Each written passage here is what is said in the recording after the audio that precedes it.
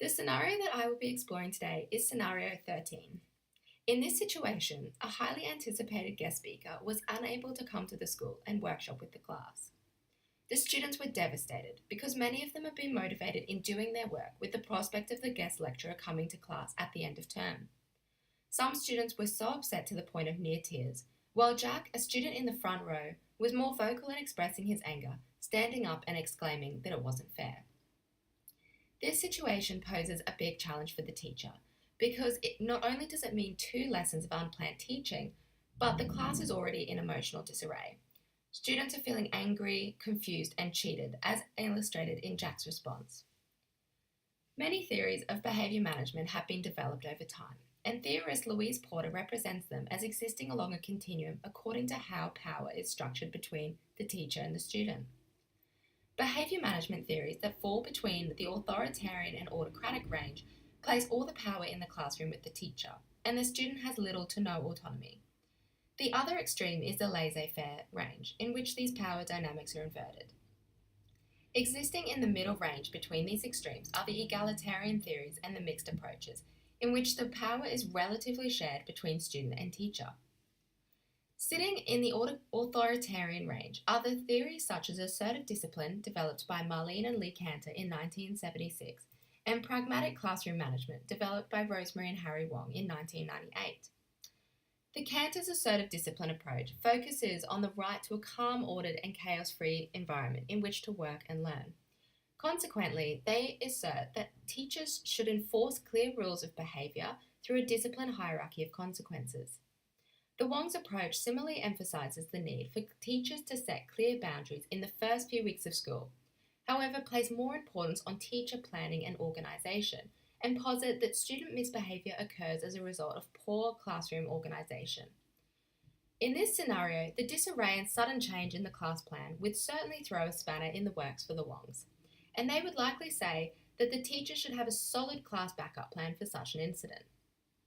In taking an assertive discipline approach, the teacher may assertively correct the outcry of Jack as misbehaviour because it is disruptive and does not adhere to the classroom rules about speaking courteously.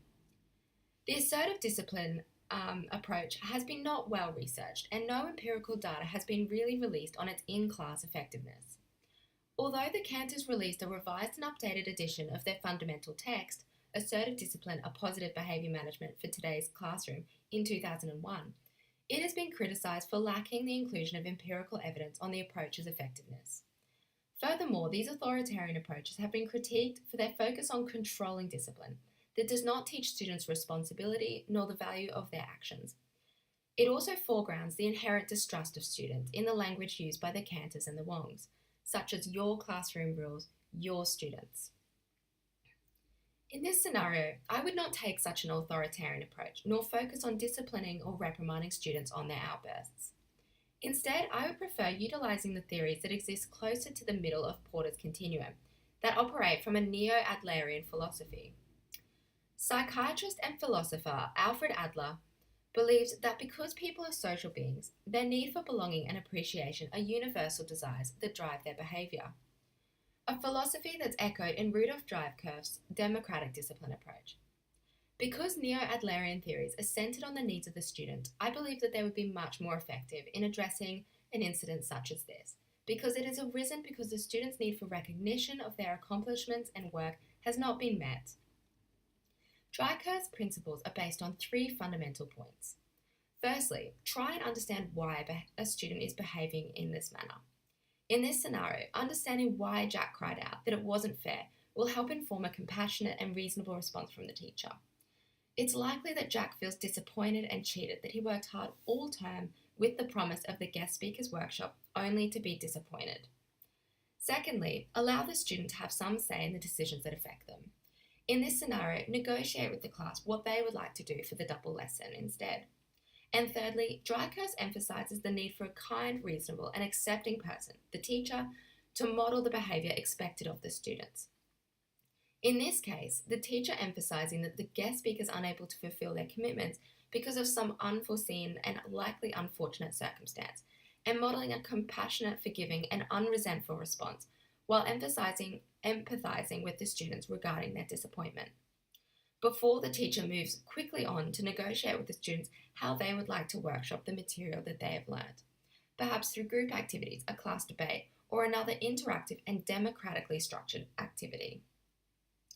In critically assessing theories of behaviour management in classroom development provides a well-researched background to our pedagogical and classroom management practice, particularly given that classroom behaviour management is a significant issue that sits at the core of teaching because it affects both student and teacher efficacy and well-being.